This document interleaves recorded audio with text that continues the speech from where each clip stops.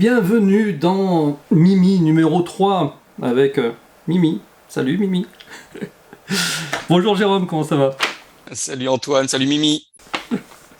Bon, on fait les idiots certes, mais il y a un vrai sujet avec ce chat. Enfin, peut-être pas ce chat. Oh là, c'est la cata, je crois que je vais pas le garder hein, parce que c'est pas... hein. Il paraît qu'il y en a qui en ont vu des très très gros. Hein. C'est ce qu'on va voir, tu nous en parleras Jérôme. Allez, zou file Mimi. Hop, Des grosses hop. panthères noires. Des grosses panthères noires. Voilà. Donc on va vous parler de ça ce soir. On va vous parler de vampires. On va vous parler d'intelligence artificielle, sûrement un petit peu encore. Et puis de crop circle. Voilà. Et puis aussi, on a reçu quelques compositions de votre part sur justement les créations via intelligence artificielle. Et allez, je vais vous en passer une. Donc c'est Skander qui nous envoie ça sur... lui il a fait ça sur DALL-E, il n'a pas fait ça sur Midjourney, mais vous vous rappelez DALL-E, c'était peut-être le premier assistant créateur qu'on avait évoqué au mois d'avril je crois, ou mars, quelque chose comme ça. Et voilà ce qu'il nous a envoyé, ces cités modernes créées par intelligence artificielle. Donc voilà, moi quand je regarde ça, je suis tout le temps bluffé. Hein, ouais, c'est vraiment sympa. Donc ben voilà, n'hésitez pas à nous en envoyer. C'est ce qu'on vous a dit la fois dernière. On vous montrera les meilleurs qu'on recevra. Et puis, allez, en remerciement, je vous enverrai en version numérique des exemplaires de Génération Cité d'Or. Voilà, si vous me faites une belle Génération Cité d'Or au format Midjourney ou Daily ou avec l'outil que vous voulez. Voilà. Et donc, Jérôme, pour ce troisième numéro de la deuxième saison, tu voulais nous parler d'un gros chat. Oui, un gros chat, une grosse panthère noire. Bah oui, comme vous le savez, on a fait un petit break avec Antoine au mois d'août et bah voilà, il y a eu quand même des news, des faits insolites qui se sont déroulés au mois d'août. Et bon, bah c'était un petit peu notre rôle de vous les relayer pour pas passer à côté, hein. Donc figurez-vous qu'au mois d'août, exactement le samedi 6 août au soir, il y a toute une famille. Donc ce sont des habitants de Nanteuil-Aurillac de Bourzac, dans le Verteillacois, hein, donc c'est en Dordogne, qui affirment avoir vu une panthère depuis leur maison. Alors Antoine, je pense que tu connais hein, cette histoire. Ça fait des années, peut-être des dizaines d'années que énormément de personnes à travers le monde, en France, hein, énormément aussi en France, affirment avoir vu justement une panthère, hein. Donc bon, c'est sûr qu'au premier regard, si la bête est assez loin, on s'y reprend à deux, trois fois, mais la plupart des personnes affirment oui, non, c'était bien une panthère, quoi. C'était un énorme chat avec une grosse queue noire. Et donc tout de suite, il y a eu voilà des recherches qui ont été faites derrière, et puis on n'a jamais retrouvé l'animal. Donc voilà, parfois on pense à un animal qui s'est échappé d'un zoo, etc. Mais après enquête, ça n'aboutit à rien. Et bah, ce phénomène, comme je vous l'explique, s'est redéroulé cette année dans cette petite commune de Dordogne. Donc voilà comment les personnes qui ont vu cet étrange animal ont témoigné. Alors on était en train de nettoyer la piscine quand le cousin est venu nous chercher. Viens voir, il y a une panthère dans le champ. Donc il est 21 heures passées, samedi 6 août au soir, quand Marie suit le jeune homme à l'arrière de la maison de son oncle. Donc on a cru que le cousin nous faisait une blague. Mais non, mon oncle a regardé, il a cru que c'était un chevreuil. Puis, comme c'était noir, il s'est dit, bah, c'était un sanglier, quoi. Et donc, il a pris ses jumelles. Et non, c'était une panthère, affirme-t-elle. Donc, cette habitante se dit sûre de ce qu'elle et les membres de sa famille ont vu. Elle a pris elle-même les jumelles. C'était un très gros chat, avec une longue queue. Donc la famille a pris des photos avec son téléphone portable, hein, comme tu nous le partages sur l'écran. Donc c'est assez difficile de voilà avec la résolution de l'image, mais vous voyez très nettement sur la photo ce gros chat noir. Hein. Donc par rapport à l'endroit où ils étaient, ils ont pris la photo et puis la dimension du paysage dans laquelle cette bête pourrait se trouver. En effet, c'est pas un petit chat, hein, c'est une grosse bête noire, quoi. Et puis bon, avec les jumelles, on a bien vu que ça avait tout un aspect félin avec cette grosse queue. Donc, le fils de mon oncle a appelé la gendarmerie et ils nous ont dit d'appeler les pompiers. C'est la caserne de Mareuil qui est arrivée et ils ont cherché, mais la nuit est tombée, donc ils n'ont rien trouvé le soir même, quoi.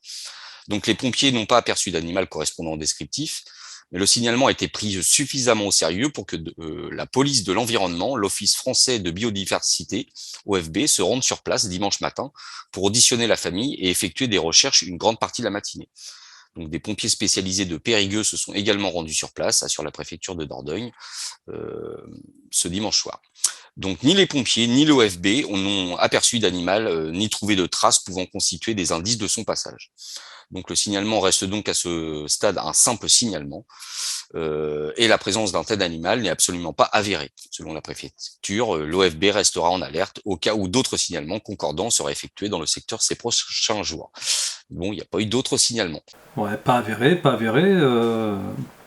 Pour le coup, la photo, voilà, c'est effectivement on voit une forme. Donc, s'ils ont pris les paires de jumelles pour vraiment voir ce que c'était, c'est sûrement assez éloigné. Mais oui, là, on voit clairement une forme qui ressemble pas à un sanglier. Ah, et puis eux, ils confirment, ils ont tous pris les jumelles un par un, et ils ont bien vu que c'était voilà, un gros chat noir, hein, comme ils le disent, une panthère, quoi. Ça avait vraiment l'aspect d'une panthère. C'est fou quand même cette histoire de panthère qui vient, qui disparaît, qui revient.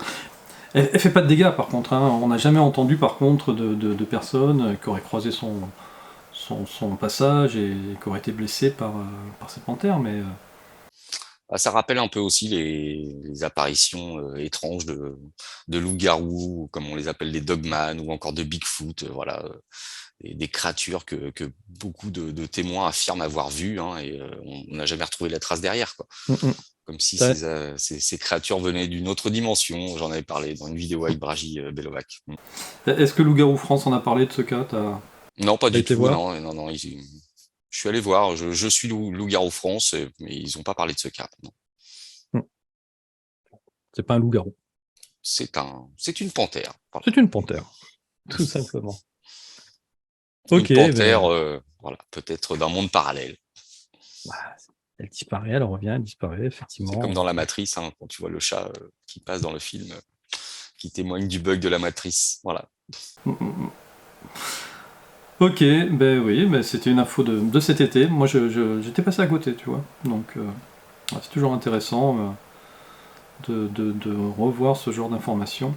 Alors, c'est vrai qu'on les voit plus souvent l'été, parce que peut-être les gens sont plus dehors aussi, tu me diras. Mais je pense que c'est pas la dernière que l'on verra. Voilà. Écoute, on va passer d'une bête à poil à long croc, à une autre bête à croc peut-être aussi long, elle est peut-être pas à poil. C'est une découverte qui a été faite en Pologne, celle-ci. Tu vois là, on la voit, sa belle incisive là. Bon, on sent que c'est un problème dentaire, hein. Et le problème, c'est que cette pauvre dame, elle a été prise pour un vampire.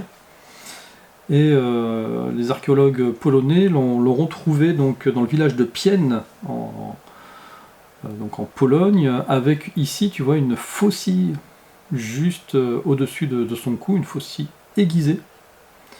Est-ce que tu te rappelles à quoi elle peut servir, cette faucille? Par rapport à la légende des vampires, ça ne dit trop rien. On est plus sur le pieu, dans le cœur, etc. Je ne sais pas, tu vas nous apprendre. Ah ben, il y avait une grande peur que les morts se relèvent. Et donc, à partir du moment où ils se relèvent, s'ils ont une faucille aiguisée au niveau du cou, eh bien, ils sont décapités. Alors la question, c'est pourquoi est-ce qu'on les décapite pas direct? Parce que on l'a vu la fois dernière, tu sais, lorsqu'on avait montré le fameux, la fameuse mallette de chasseur de vampires. Bon, entre autres, dans les documents, ils préconisaient de décapiter et de brûler la tête. Là, écoute, ils ne décapitent pas, donc peut-être par crainte ou superstition religieuse, mais ils prennent leurs précautions au cas où la personne se relèverait. On met une faucille au-dessus de sa gorge. Et par contre, si elle a malheur de se relever, elle se relèvera sans sa tête.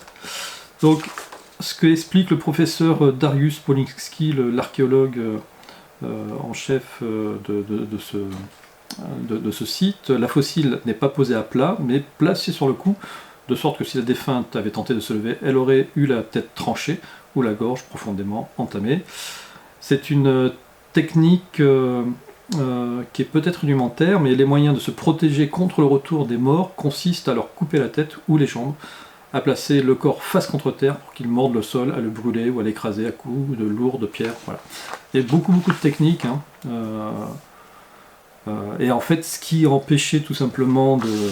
Mais ça aurait été plus simple de les brûler, et puis voilà, on n'en parlait plus. C'est que c'était des âmes damnées, donc on espérait quand même de pouvoir sauver leurs âmes. Donc c'est pour ça qu'on ne les incinérait pas. Parce que l'incinération, du coup, ça allait aussi brûler les âmes. Donc, et c'est pas la seule qu'ils aient retrouvée dans la région. Alors à 210 km de Pienne, à Drewsko, en 2015, ils avaient déjà retrouvé 5 corps comme ça, 5 squelettes, qui étaient âgés qui avaient un peu plus de 400 ans, et pareil dans cette même position. Avec les faux au-dessus de leur cou. Ouais. Voilà. Donc tu vois, en plus, c'est 210 km il y a 4 siècles, c'est une vraie distance aujourd'hui, on en rigole, mais il y a 4 siècles, donc ça veut dire que c'était vraiment des légendes qui étaient ancrées dans tous les villages de l'Est. Et je l'ai déjà dit lors d'un Mimi, à l'époque on cherchait pas le buzz, c'est-à-dire ils faisaient pas ça pour faire du buzz, pour passer sur YouTube et se faire 1 million de vues. Ils faisaient ça parce qu'ils avaient peur. Oui. Donc s'ils avaient peur, c'est qu'il y avait de bonnes raisons. Exactement. Et la bonne raison, c'était quoi ? C'est que peut-être il y a eu effectivement des gens qui seraient revenus d'entre les morts. Alors après, il y a peut-être des explications scientifiques, ils sont peut-être revenus parce qu'ils étaient peut-être pas tout à fait morts, ce genre de choses. Mais c'était quand même une légende qui était assez répandue. En plus, le fait que cette pauvre femme avait un chicot qui lui dépassait sûrement de la bouche, ça l'a pas aidé. Il fallait pas grand-chose pour la qualifier de vampire. Voilà. Donc ça continue à alimenter cette légende des vampires. Donc après la légende des loups-garous, la légende des vampires. Voilà. J'ai pas de vampire vous montrer, par contre. Chat, mais bon. Allez, pour le sujet suivant, on va rester toujours dans le mystère, et cette fois-ci, on va vous montrer un crop circle. Donc, tu as découvert ça sur le site de Patrice Marty. C'est ça. Et comme j'ai fait une belle émission la semaine dernière sur ma chaîne russe, avec Umberto Molinaro, justement sur les crop circles, on a évoqué ce crop qui est apparu en Russie cette année. Donc, il faut savoir que 2022, c'est pas une année prolifique pour les crops. Il y en a eu très peu en Angleterre, je crois une douzaine. Mais il y en a eu un en Russie. Et justement, lorsqu'on en a parlé avec Umberto la semaine dernière, il me disait que c'était un crop qui ressemblait fortement à un crop qui était déjà apparu, cette fois-ci en Angleterre, en 2014. Alors justement, Antoine, je t'ai envoyé la photo de ce crop anglais de 2014. Donc si on peut avoir une petite vue aérienne du crop russe et de ce crop de 2014, vous allez voir un petit peu la ressemblance. Je les mets les deux à l'écran. Ok. Donc Umberto m'avait expliqué que ce crop qui est apparu le 6 juin 2014, c'était en plus date anniversaire c'était les 70 ans du débarquement. Et ce crop, en fait, lorsqu'ils l'ont analysé, ils se sont aperçus que c'était comme un petit peu du morse. Je ne sais pas si vous voyez, ça représente en fait une spirale. Et cette spirale est composée on va dire de tic-tac et de ronds. Et c'est comme la langue morse, en fait, lorsque vous avez un trait, un point, un trait, un point. Et donc, alors voilà, je voulais vous faire partager ce crop russe parce que bah, justement, lorsqu'on regarde le crop de 2014 anglais, on voit très nettement hein, ce message codé en morse qui nous signifie No more war, donc plus de guerre en fait. Hein. Donc, en plus, ça a apparu le 6 juin, date anniversaire du débarquement. Et donc, je me suis amusé à essayer de décrypter ce crop russe. Figurez-vous que je suis un petit peu, voilà, je suis resté, j'ai rien trouvé de spécial, quoi. Parce que si vous voyez quand on part du centre de la spirale, hein, il y a deux espèces de tic-tac avec un point au milieu. Alors, soit ça signifie un K pour un trait, un point, un trait, soit à côté de ce point, il y a une espèce de barre. Alors je me suis dit, est-ce que ça ne signifie pas donc un trait, un point, donc qui est la lettre N, et puis, enfin, vous voyez, hein, on part de la spirale, il y a un trait, un point, ensuite une espèce de rond qui sépare l'autre trait, donc un trait tout seul, ça voudrait signifier un T. Donc ensuite, on a un grand espace, trois grands traits, c'est un O, la même chose après, un O, enfin, voilà, moi, ça me donne le mot kosoulsme, qui veut rien dire. Ou alors, Qui veut donc rien voilà. dire même en russe ou en Eh ben polonais justement, ou en ukrainien ou... voilà, j'ai cherché sur Google, j'ai tapé ce mot, traduit en russe, etc. Je n'ai rien trouvé. Alors voilà, je vous sollicite mes amis, si vous pouvez m'aider à résoudre cette énigme de ce crop russe en morse, parce que moi, j'ai pas réussi à le décoder, quoi. Ou alors est-ce qu'il faut le lire à T'es parti l'envers? de l'extérieur. Voilà, Non, t'es non, parti de l'extérieur de l'intérieur ou... je suis D'accord. parti de l'intérieur comme celui anglais et même d'extérieur hein, à l'envers, ça veut rien dire non plus. C'est un M, un C, un L, deux U, un S, deux O, un K. Voilà. Donc, Alors, peut-être que c'est on alors, appelle ça, tu sais, quand on mélange les lettres, un anagramme, peut-être, un oui. anagramme, alors, et pas dans notre langue. Voilà, alors ça, c'est d'autant plus compliqué, quoi, parce que là, déjà, il faut, faut transcrire le message morse en lettres, et après, si c'est un anagramme, il faut s'amuser à retourner toutes les lettres dans tous les sens. Et bon, je me suis dit, voilà, est-ce que c'est vraiment, est-ce que c'est un faux crop ou Ouais, donc, ils en disent quoi, nos spécialistes? C'est ce que j'allais te demander, parce que alors, vu de haut, il fait pas tu vois, net, il fait pas net. Voilà. Quand tu compares c'est au ça. crop anglais, etc., Alors, le truc, c'est que je ne sais pas à quel moment a été prise la photo aérienne de ce crop. Parce qu'il faut savoir que des mhm, crops, s'ils ont, tu vois, là, les blés sont relativement jaunes. Donc, parfois, mhm. comme le crop que je vous ai fait voir en 2014, hein, qui ressemble, il est plus fait dans des blés qui sont pas encore mûrs. Donc, si ce crop a été fait au moment où les blés n'étaient pas encore mûrs, hein, il a pu, si personne l'a remarqué pendant 3 semaines, un mois, je dirais, bon, bah, il a Ouais, plus ce côté bien net que l'on peut avoir les premiers jours.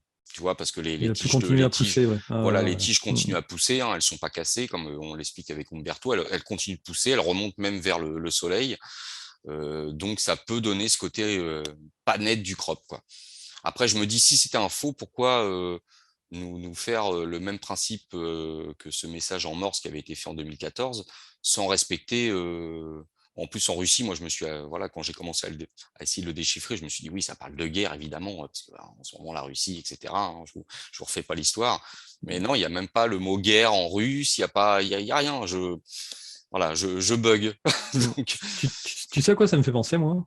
dis-moi tout. Ça me fait penser à un kipou. Un kipou, oui, ouais, ouais, les Mayas avaient ce même, les Mayas ou Ouais, où les il faisait Aztèques, des hein, nœuds, des nœuds, où il des. faisait... Donc, c'était pas du morse, hein, mais ça avait des significations. Mhm. Ouais, tu vois, moi, ça me ferait plus penser à un kipou. Donc voilà, je vous Un sollicite kipou mes maya en amis. Russie. Un tipou maya en Russie. Donc la faute balèze. Hein. Pour le déchiffrer, le truc, ouais, voilà, si c'est un message, et puis bon. Et c'est un anagramme en plus, Et en alors. plus, c'est un anagramme. Donc si c'est un message qu'il faut relayer parce que c'est important, voilà, il nous complique les choses quand même. Hein. On veut vous sauver, mais Mm. on va pas retrouver. Ok. Donc voilà, bah Ouais. écoutez, hein, si certains ont vu ce crop, ont comme moi fait cette analogie avec ce crop anglais de 2014 où c'était en morse, et puis on commence à bosser dessus pour essayer de les chiffrer. Voilà, je veux bien dans les commentaires de la vidéo où vous transmettez à Antoine voilà, vos recherches, Ouais. ça m'intéresse. Au journaldbn@gmail.com. Ouais. Et puis d'ailleurs, ça me fait penser que aujourd'hui on enregistre, ça y est, on a basculé, c'est plus l'été, c'est l'automne, c'est Mabon ce soir, et pour les Celtes. Hein. Voilà, c'était un petit clin d'œil à la fin de l'été, et c'est ce à quoi me faisait penser aussi ce crop. Et ce qui n'a aucun rapport avec le dernier sujet de cette émission. C'est le dernier sujet de cette émission. C'est Tesla. C'est Tesla et son humanoïde, son robot humanoïde, son androïde, qu'il est censé présenter au High All Day le 30 septembre prochain, au AI Day, pardon, le 30 septembre prochain. Il doit présenter Optimus Prime. Ouais. Sauf qu'il est pas prêt, Optimus. Il est pas prêt, on est déjà le 21 septembre. Et Tesla, même pas peur, hein, il s'est dit c'est pas grave, je vais démobiliser toute mon équipe qui travaille actuellement sur ma Tesla, sur la partie conduite autonome des Tesla, parce que tu sais, il est en train de rechercher, il est en plein développement sur le fait qu'on puisse être dans des véhicules sans conducteur, donc en conduite autonome. Donc ça sera l'avenir. Et donc il a pris toute son équipe R&D de conduite autonome et hop, il l'a envoyé chez Optimus Prime pour prêter main forte à l'équipe de développement. Malgré tout, tu vois, le sujet date du 20 septembre, même s'il a fait ça il y a 10 jours, ça laisse quand même pas beaucoup de temps pour être complètement prêt pour ce AI Day. Bon, bah, j'espère qu'ils vont pas non plus le présenter non fini, hein, qu'ils se mettent pas à bugger leur humanoïde Tesla. Moi, ça me rappelle le film Robocop, là, lorsqu'il présente le super Ah oui, oui, robot oui. là, dans la réunion, et le machin, il part en couille parce qu'il n'entend pas l'arme tomber, parce que ça tombe sur la moquette, et puis il défonce le cobaye. Bon, faudrait pas que ça parte Exact. en sucette comme ça sur l'IA Day. Mais bon, ce qui est quand même fou, c'est que, tu vois, là tu parles d'un film, on l'a vu dans les années 80, ou peut-être début des années 90, fin 80, début des années 90, c'était vraiment de la science-fiction pour nous à l'époque. Et oui, et là, voilà, là, bon, comme on le dit souvent, Antoine, hein, la réalité a dépassé la fiction. Voilà. Ah, mais, et je crois depuis longtemps. Mais entre nous, j'ai pris une grosse claque hein, il y a 2 semaines là, avec Midjourney. Oui. Ça me fait vraiment halluciner. De voir les Tu vois, capacités, la puissance de ouais, création d'une IA. Ouais. Parce qu'on en parle des IA voilà, depuis longtemps, on sait que. Et là, Ouais, c'est ça. on avait fait cette petite expérience avec Alicia, c'est ça qui avait un Oui, petit peu foiré. C'était pas très convaincant. Et là, c'est vrai que avec Midjourney, ouais, tu te dis ouais, la puissance de calcul et de vitesse de recherche d'informations d'une IA, c'est hallucinant, quoi. en parlant d'Alexia, oui, on a eu un commentaire d'ailleurs sur le dernier Mimi de Sébastien, je crois. Sébastien Diel, c'est ça, sur le dernier Mimi. Salut Antoine, j'ai découvert un truc de ouf. Tu me diras ce que tu en penses. Donc en fait, Sébastien a demandé à Alexa quand commencera la Troisième Guerre mondiale. Et donc Alexia a répondu la Troisième Guerre mondiale commencera le 23 novembre 2023 à 18h05, quand la Russie lancera une attaque contre l'Allemagne. Tu en penses quoi? Ça fait peur. Bonne soirée. Ah, ça fait d'autant plus peur qu'aujourd'hui, Poutine a annoncé qu'il mobilisait 300 000 réservistes. Oui, hein. et ouais, et j'ai vu moi passer ce commentaire d'une personne qui a analysé un petit peu la puissance la puissance militaire de la Russie. Il a fait un petit peu le détail entre le nombre de différents corps d'armée, voilà, la marine, l'armée de terre, l'armée de l'air, tous leurs blindés, le nombre de personnes, etc. par compagnie, mais c'est hallucinant. Attention que l'armée russe, c'est du lourd, quoi. Donc là, si en plus Poutine demande aux réservistes de venir en renfort, je crois que voilà, il est en train il est en train de mobiliser toutes les troupes russes, ça commence à faire quelques milliers de personnes. Là, c'est plus pour envahir un petit pays comme l'Ukraine. Ouais, c'est clair. Donc, bon, moi j'ai pas d'iPhone, hein, donc j'ai pas pu faire le test, mais ce qui serait marrant, c'est que vous soyez plusieurs à faire ce test. Filmez-vous, envoyez-nous la vidéo, et puis on verra exactement ce que. On va tester à nouveau l'intelligence artificielle d'Apple pour voir si elle est prédictive ou si Sébastien est tombé sur un coup de chance, entre guillemets, quoi. Ouais, alors attends, je tiens à préciser, il précise avant de poser cette question, Alexia, qu'on commencera la Troisième Guerre mondiale, il met by Marie Josephson il y a 3 mois. Donc ce n'est pas lui, je crois, qui a posé cette question.